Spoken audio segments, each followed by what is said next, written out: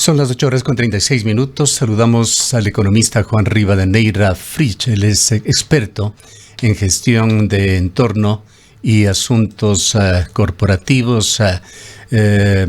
Juan es una persona en la cual confían mucho en su criterio cámaras de la producción en Ecuador. Es un asesor empresarial. Quisiéramos iniciar, Juan, dándole la bienvenida en esta mañana, hablando algo sobre lo que está sucediendo en el país, que lo hemos antecedido en la introducción.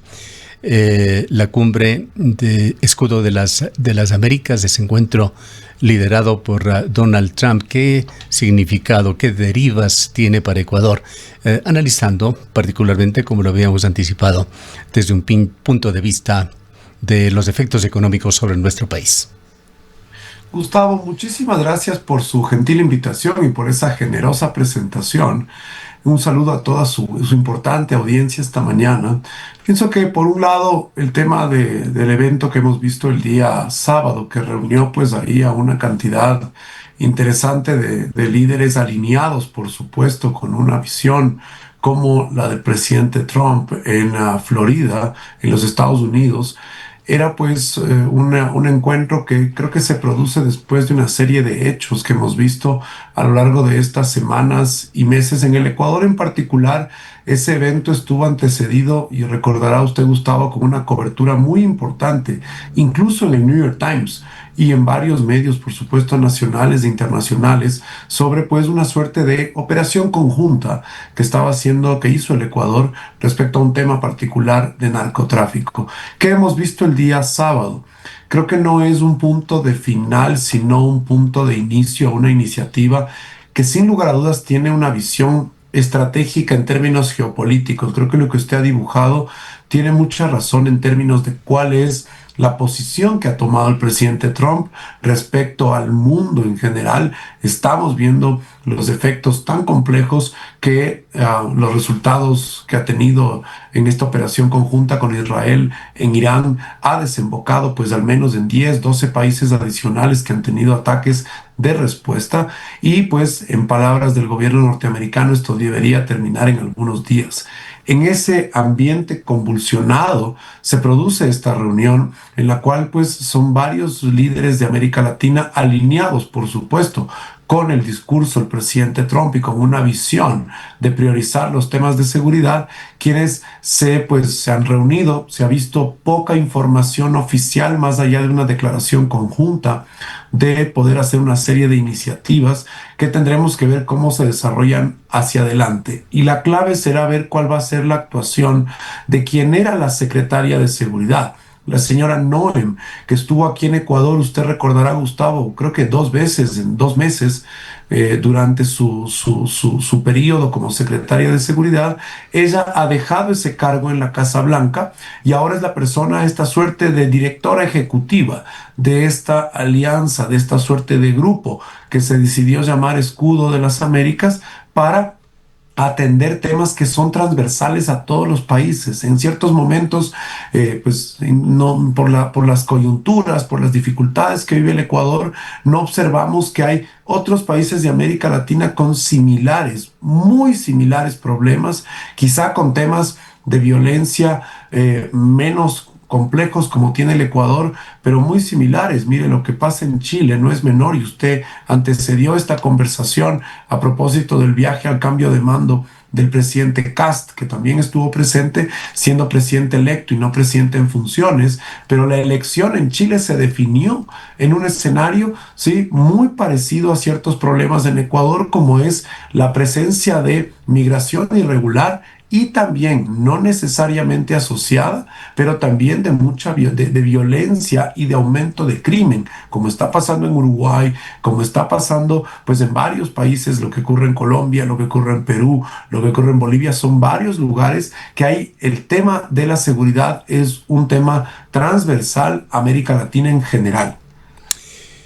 La señora Noem, dicho sea de paso, con un negro currículum sobre los temas de migración, quizá uno de los funcionarios que con mayor dureza ha enfrentado este tema en la dura administración de Trump sobre este tema, ¿sí?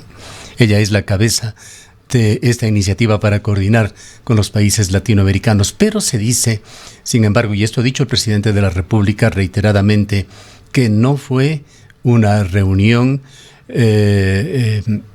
ideológica, es una reunión pragmática, señalaba, para concentrarse en los temas de combate al crimen. ¿Hasta qué punto le da usted valor, vericidad a estas intenciones expresadas por el presidente?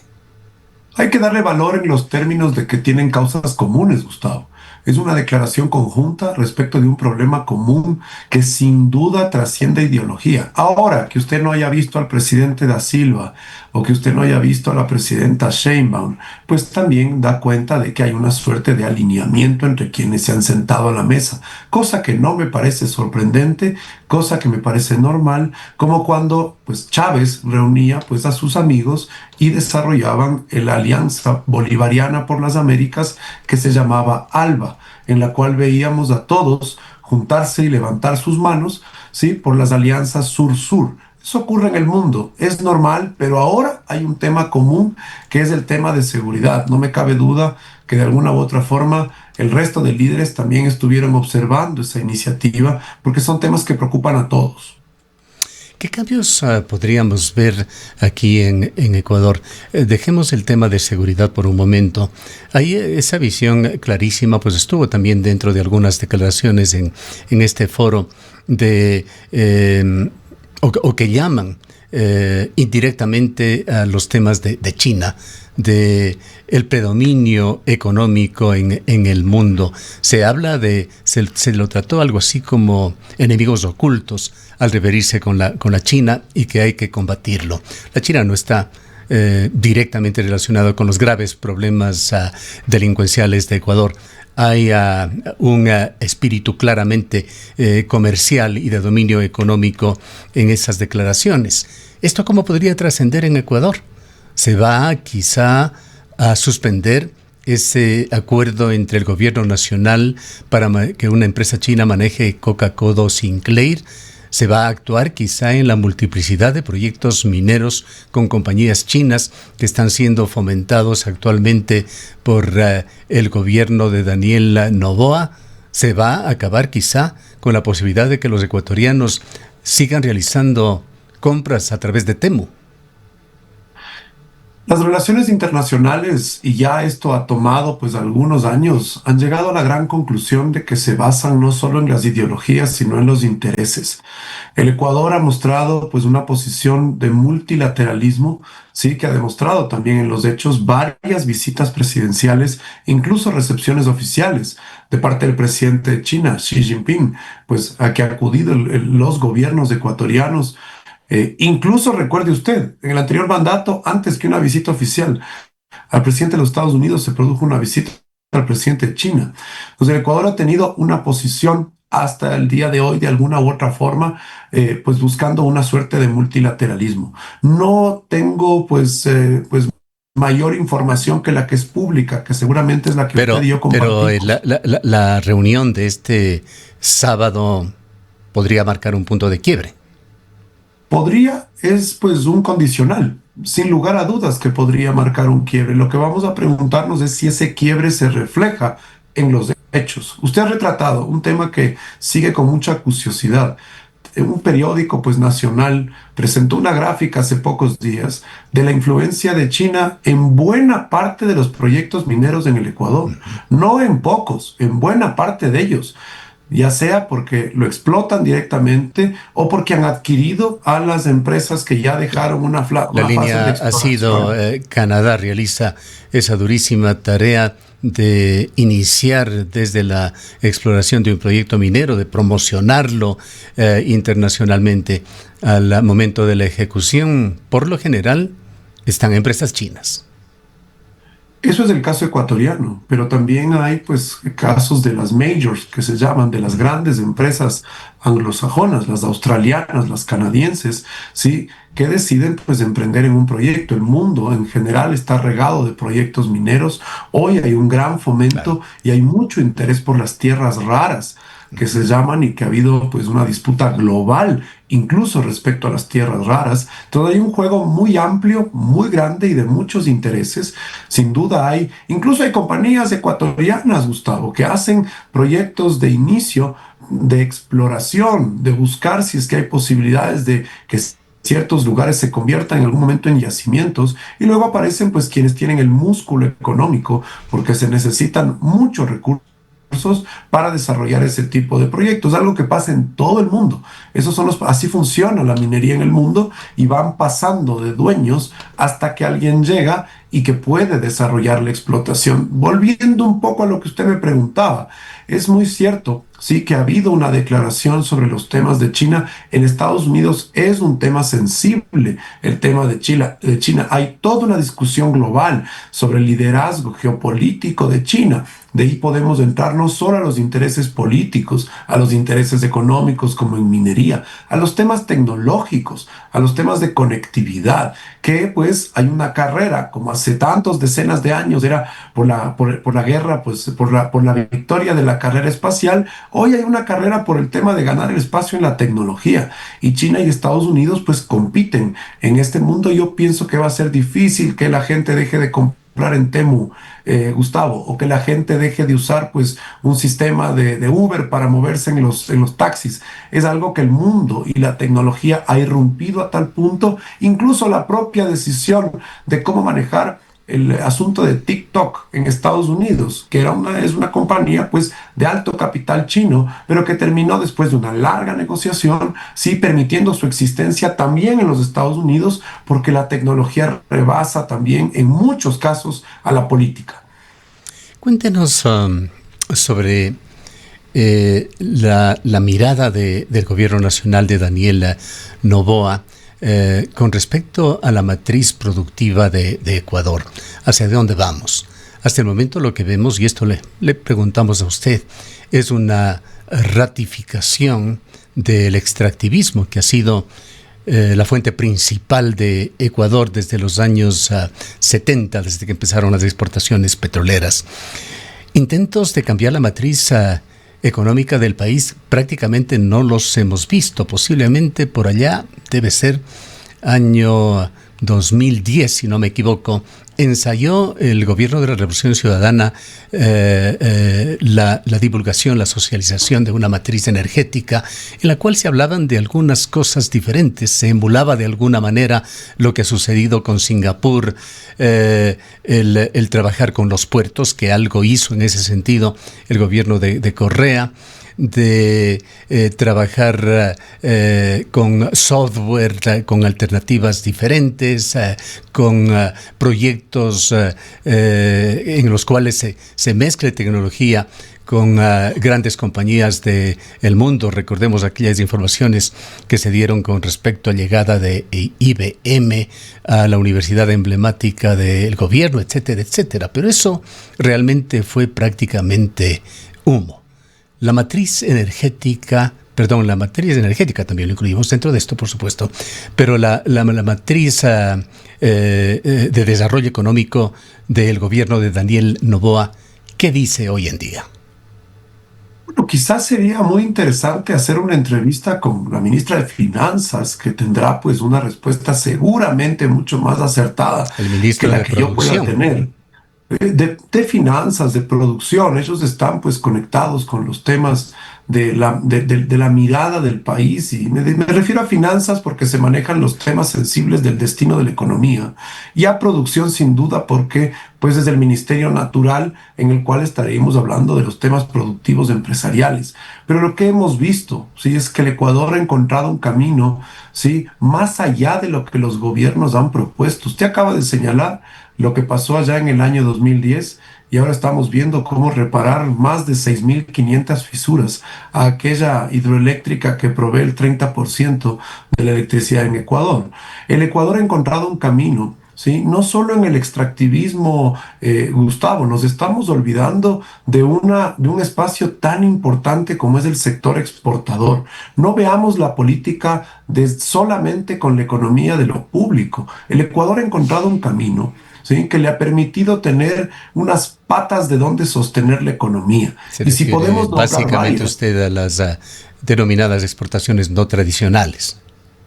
que hoy son largo más elaboradas que las que teníamos hace 30 o 40 años y que ahora llegan a una multiplicidad de destinos, ¿sí? Que no llegaban hace 30 o 40 años. Hoy el sector exportador ecuatoriano, ¿sí? Ha logrado incursionar, por ejemplo, en el camarón y llegar a ser, como país tan pequeño, el principal exportador de camarón a China. Ha logrado colocar cacao en buena parte del mundo. Banano, hoy la guerra, la gran pregunta que tenemos desde Ecuador es cómo vamos a manejar la ruta logística. Y usted ha visto los periódicos de estos días. ¿Cuál va a ser la nueva ruta logística para poder enviar el banano?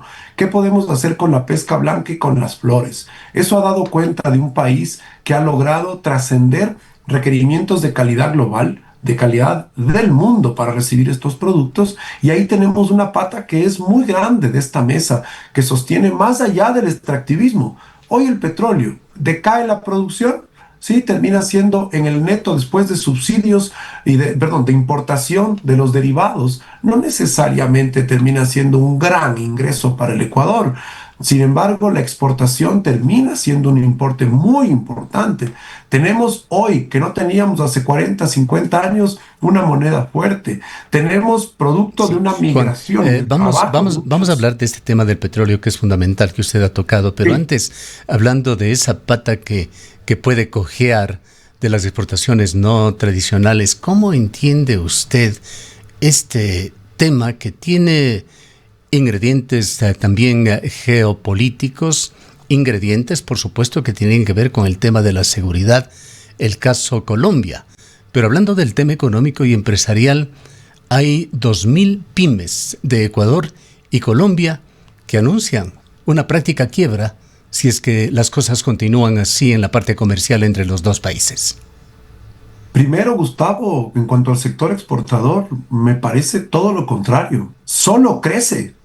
Es Con impresionante. Si uno Colombia, mira los con números, Colombia. solo, no, sector exportador ecuatoriano. Ujú, Hemos sí, visto de manera sí, general. pero quisiera Vamos a hablar referirme del al tema tema de con Colombia. Colombia para tratar de Sí, entender sí, qué está pasando allí. sí, sí.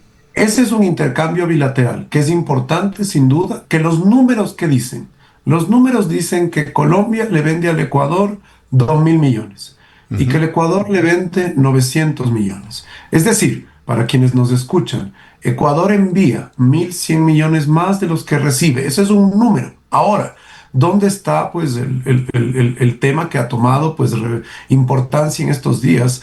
Y es una decisión que el gobierno, y habrá que preguntarle al gobierno pues el contenido de su decisión, pero al menos lo que ha sido pública es observando la situación del control de la frontera. Eso ha derivado en el impacto que usted señala y me parece que quizá estamos olvidándonos de personas que haciendo esas importaciones incluso llevaban a producción de pues sus líneas de fábrica o lo que necesiten y que son mercados que no se pueden reemplazar pronto. Por eso yo he visto y enhorabuena, ¿sí? Que tanto el sector privado como otros actores del sector lo que han pedido es un diálogo pronto, efectivo y con sentido de urgencia para resolver pronto ese intercambio que creó una frontera que en lo comercial, al menos en Rumichaca, era una frontera viva. Pero recordemos, terminó siendo un colador, ¿sí? 640 kilómetros de contrabando y pues de movimiento de droga. Sí hay un ¿Qué efecto económico, sin importancia, duda. qué tan gravitante es la relación con Colombia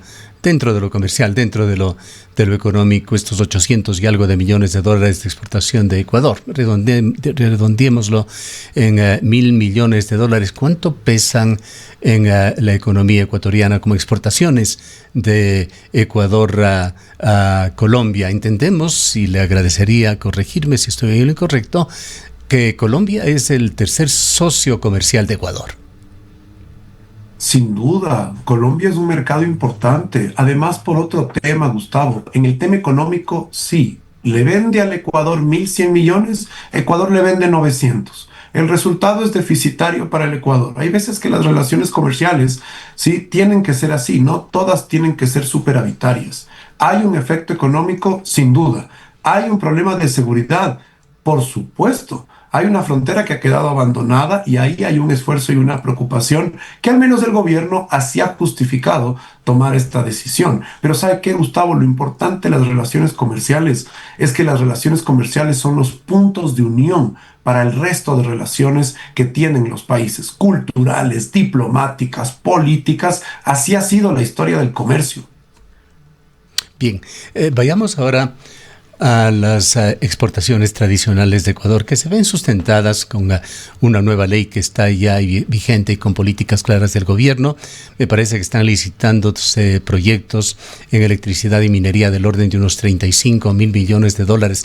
Y esto abre apetitos comerciales. No los criticamos de ninguna manera. Es lo que requiere Ecuador, inversión en este país, pero también está la parte de que se continúa con el extractivismo, como habíamos hablado.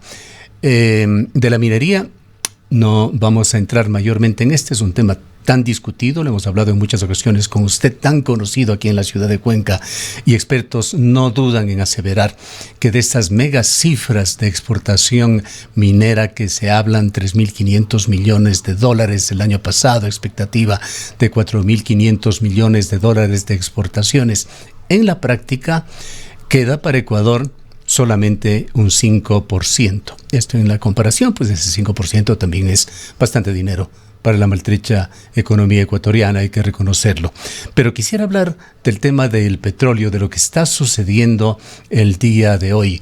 ¿Cómo afecta esa volatilidad de los precios a la economía ecuatoriana? El petróleo referente de Ecuador bordeó los $120. Hoy, tras declaraciones de Trump, han bajado al orden de unos $90. Pero ¿qué es lo que está pasando?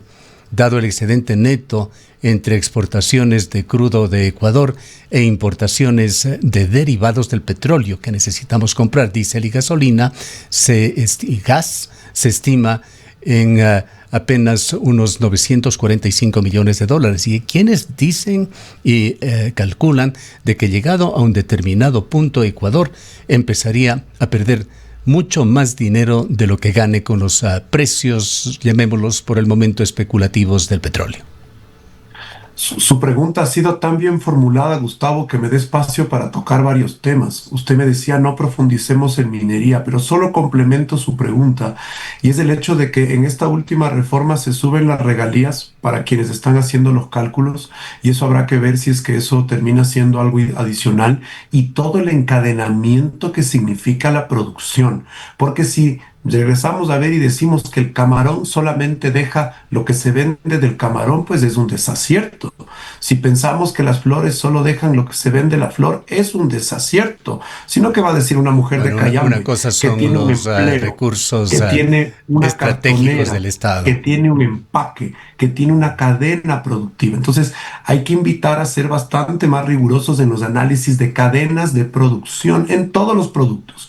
En el tema de petróleo, ¿qué es importante? El Ecuador, sí, creo que tiene un llamado de atención interno, sí, por la reducción en la producción. El mundo sigue utilizando petróleo. No es del Ecuador, es del mundo que todavía sigue usando petróleo. Si es que no se usara petróleo, si es que todo el mundo, los ambientalistas, los menos ambientalistas y los que son contra el ambiente, por ponerlos de alguna forma de manera exagerada, ¿sí?, habrían cambiado, no estaríamos hablando hoy de la importancia de por qué la OPEP decide subir un poco más la producción para estabilizar el precio, por qué Hormuz es tan importante y que no se impida el movimiento de 20% del petróleo, es porque el petróleo sigue siendo importante en el mundo.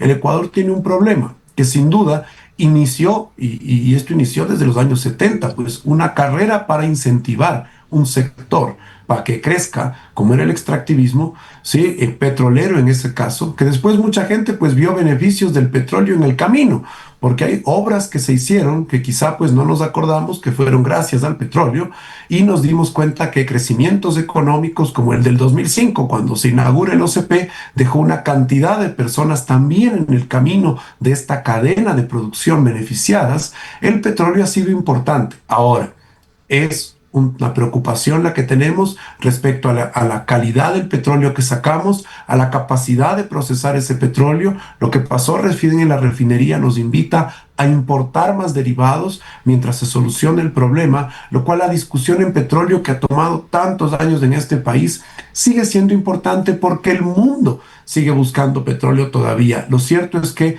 todo proyecto, pequeño, mediano o grande, que apunte a las energías alternativas es un acierto y casi que diría una bendición para el largo plazo en el Ecuador.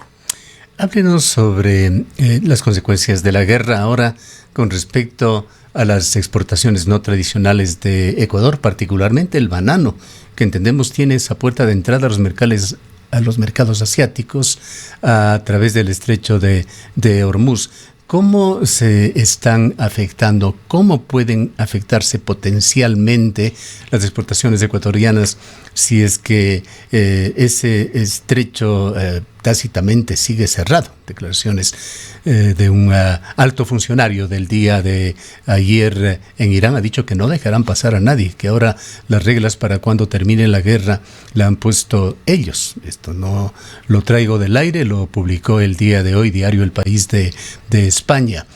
¿Cómo se afectan eventualmente y se van a afectar las exportaciones no tradicionales de Ecuador? Y por otra parte, ¿qué pasa con la cadena de suministros hacia Ecuador?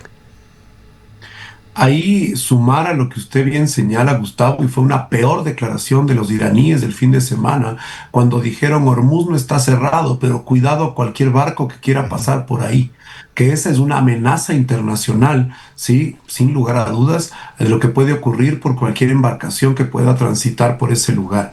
Lo cierto es que los exportadores ecuatorianos han desarrollado también capacidades recursivas para poder relocalizar de alguna manera muy coyuntural lo que pasó con Rusia en su momento. Recuerde usted, Gustavo, también cuando comienza el conflicto lamentable entre Rusia y Ucrania, tuvieron que tomar la misma decisión y fue buscar espacios por donde continuar ingresando al mercado ruso o tener que ponderar otros mercados que antes no lograban. El Ecuador y, por ejemplo, el sector bananero, al sector que he conocido más que nada en los temas de rutas operativas, tiene una claridad meridiana de cómo funcionan las rutas en el mundo.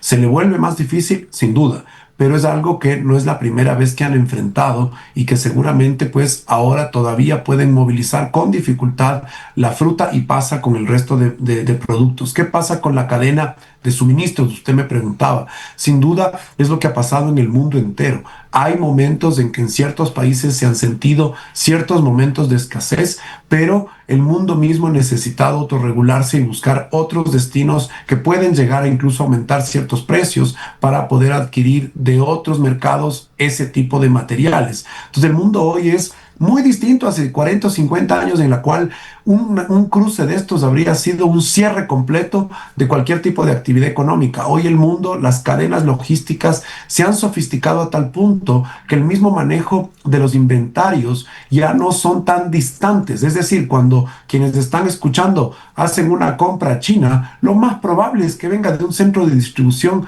de esa compañía que está en América Latina. Quisiera también indagar sobre este tema del petróleo. Está claro de que mientras más suba el petróleo, más potencialmente va a perder Ecuador en ese balance compra-venta de crudo y de derivados. El día jueves se revisarán nuevamente los precios de los combustibles. Han dado expectativas ya en el sentido de que podría haber una ya no microalza, un alza de un 5% significativa, quién sabe si más. La pregunta es si con las necesidades de financiamiento del Estado que no han cambiado, que requiere unos 13.800 millones de dólares para financiar el presupuesto, ¿qué tan viable es mantener el subsidio al diésel que al momento sigue representando algo más de un punto del PIB? Las necesidades de financiamiento sí han tenido un cambio en las últimas semanas luego de lo que ocurrió respecto al manejo de la deuda. Recordemos que el Ecuador hace una renegociación en el año 2020 y tenía el año 2026 como el pico de pago de deuda cuando se habían movido plazos, se redujeron intereses y se quitó capital de esa deuda grande. Llegamos al 2026 Y el inicio de este año, pues que fue tan movido, apenas estamos en marzo y hemos visto una cantidad insólita de hechos en el mundo y en Ecuador, nos ha dado cuenta que el Ecuador ha buscado una forma de solucionar y salió a los mercados con esta emisión que provocó una recompra inmediata de bonos que vencían este año y que provocaron más bien la entrada al presupuesto de la diferencia de lo que no se usó para esa recompra. Eso por el lado de la necesidad de financiamiento. Por el lado del petróleo que usted señalaba, sí, el balance hay que verlo cuánto termina subiendo y cuál es la diferencia en los derivados, pero en especial cuál entonces es la producción nacional. Recordemos que si la refinería está complicada, más allá del problema que tenemos con la provisión de asfalto, que eso ha golpeado a muchos gobiernos locales que estaban emprendiendo proyectos importantes de asfaltados, sí, han tenido un problema con acceso a ese producto y sin duda tenemos un problema porque tenemos que importar más derivados. Ahí ese saldo que puede ser complicado, pero no solamente es por el precio, es por coyunturas también locales. Y finalmente dar cuenta que el Estado en este año, pues la programación de caja inicia con este arreglo en temas de deuda y veremos más adelante incluso si es necesario, ¿no? ¿En cuánto estima usted el déficit con estos cambios? El déficit hasta el día de hoy, igual lo hemos visto, la emisión del fondo en este momento se encuentra en Ecuador y todavía es más alto de lo previsto este año, me parece, y tendremos que ver cómo cierra el año, pero no veo algo mucho menos, ¿sí?, de los 5.000 millones de déficit. Cuidado, que es distinto a las necesidades de financiamiento, que eso incluye el resto de los pagos de deuda. Entonces todavía es una situación relativamente apretada para un Estado que, claro, que este año y el siguiente tiene repagos de deuda bastante altos. Bien, quisiera preguntarle también en qué quedó el acuerdo comercial recíproco con los Estados Unidos que pretendía liberar de aranceles un 50% de la oferta exportable y que lamentablemente no incluía algunos productos claves. ¿En qué situación están al momento y si es que llega a activarse plenamente este acuerdo, cuál va a ser la situación de los exportadores de camarón y flores? Primero, antes de que la Corte Suprema en los Estados Unidos, en su fallo, sí, pues haga un desafío muy importante al presidente Trump de toda su estrategia comercial y arancelaria global, sí, que tuvo que después de él salir y apelar públicamente a una ley del año 74 para poder imponer estos aranceles de cerca del 15%, ¿sí? Eso lo que ha movido es esa negociación que en su momento ya se iba a anunciar.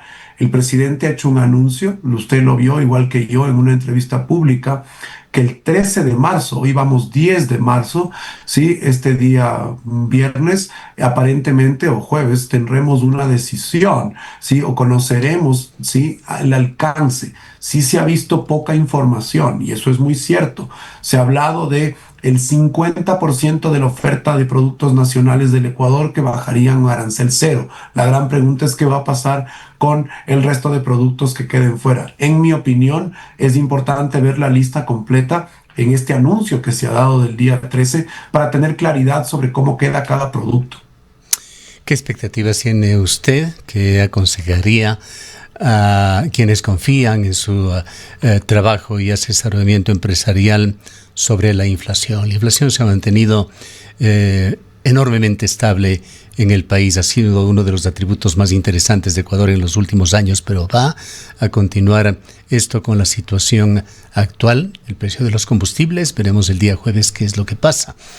El tema de los productos colombianos, más de 2.000 millones de importaciones, que si es que llegan, van a llegar mucho más cara, o tendrá que verse, como usted ha señalado, otras alternativas de proveedores. Se anuncia también, y esto es lógico porque va de la mano del precio del petróleo, el encarecimiento de los fertilizantes, que va a afectar en forma significativa a toda la producción agrícola, a la situación estratégica de alimentación en Ecuador. Es muy importante su pregunta, Gustavo. He visto las proyecciones públicas y hay un salto de la inflación por sobre el 3% proyectada para este año, que es un poco mayor a la que hemos registrado en los años anteriores. Una de las grandes virtudes de la dolarización, que ha sido la política económica más importante en los últimos 50 años, porque le ha dado previsibilidad a la gente al menos de que el valor de ese dólar va a ser más o menos parecido el próximo año. Recordemos cuando había devaluación, que cada día uno no sabía cuánto iba a perder en términos de moneda y de tener ese valor, esa reserva de valor que es por concepto una moneda. Entonces creo que es importante no dejar de monitorear lo que va a ocurrir con la inflación, que en muchos casos, al no tener manejo de política monetaria en general, sí con altas reservas que dan seguridad al modelo, pero también tenemos una inflación importada. Una inflación que viene importada porque son precios globales donde el Ecuador no pone un precio. Es decir, Ecuador no pone un precio en commodities globales y hay que entender que hay una inflación que también se importa por el encarecimiento global. Países que han tenido crisis inflacionarias por crecimientos muy importantes, cosa que no le ha pasado al Ecuador. Partiendo de esa convicción expresada por el gobierno de que lo del sábado fue pragmático, que tiene que ver fundamentalmente con el control de la criminalidad en Ecuador, ¿qué posibilidades ve usted de que la parte comercial pueda tener algún tipo de activación para Ecuador? ¿Qué oportunidades de nearshoring, como lo llaman ustedes los expertos, o de protección comercial se podrían abrir para Ecuador bajo este paraguas protector, esta mediación de Donald Trump? Bueno, nuevamente, creo que el día 13 es importante ver cómo queda el estado del arte, por decirlo de alguna forma, cómo va a quedar esa relación. Estados Unidos es un mercado consolidado para Ecuador. Las relaciones con Estados Unidos son de muchos años y hay mercados que están consolidados, que lo más probable es que vayan a encontrar un espacio. En algunos casos seguramente la noticia no va a ser buena, va a ser más complejo, va a tener que competir con otros países que ingresan a Estados Unidos con un arancel menor y que tendrán una ventaja competitiva en ese caso. Ecuador tendrá que redefinir algunas acciones para poder competir en ese nuevo escenario que se dibujaría a partir del día 13 de marzo. Pero nuevamente hay ciertos sectores que todavía ven a los Estados Unidos como un mercado importante y siento y pienso que la relación que hay hoy, porque recordemos que el mundo también pues, se ha movido de estas relaciones institucionales a relaciones personales de los propios líderes. No es distinto lo que ocurre en Europa, en el Asia o en América Latina. Y ahora estamos en una parte del ciclo, ¿sí? En que Ecuador pues, se ha acercado a los Estados Unidos por un interés y una necesidad, y Estados Unidos también ha buscado por un interés y por una necesidad, también por un tema geopolítico global, y eso ha definido el tablero hoy. Que eso se va a mantener los próximos años es muy probable que cambie, porque así es el mundo actual, pero hoy esta cercanía define que con Estados Unidos hay una prioridad. Bien. Queremos agradecerle mucho, Juan, por haber estado con nosotros y sus muy valiosas apreciaciones. Para mí siempre un gusto, Gustavo, un honor. Que tenga un buen día. Declaraciones de Juan Rivadeneira Frisch. Él es economista, analista, se graduó en The George Washington University. Es especialista en gestión de entorno y asuntos corporativos. Son las 8:14. Dicen que tu casa no es solo un lugar,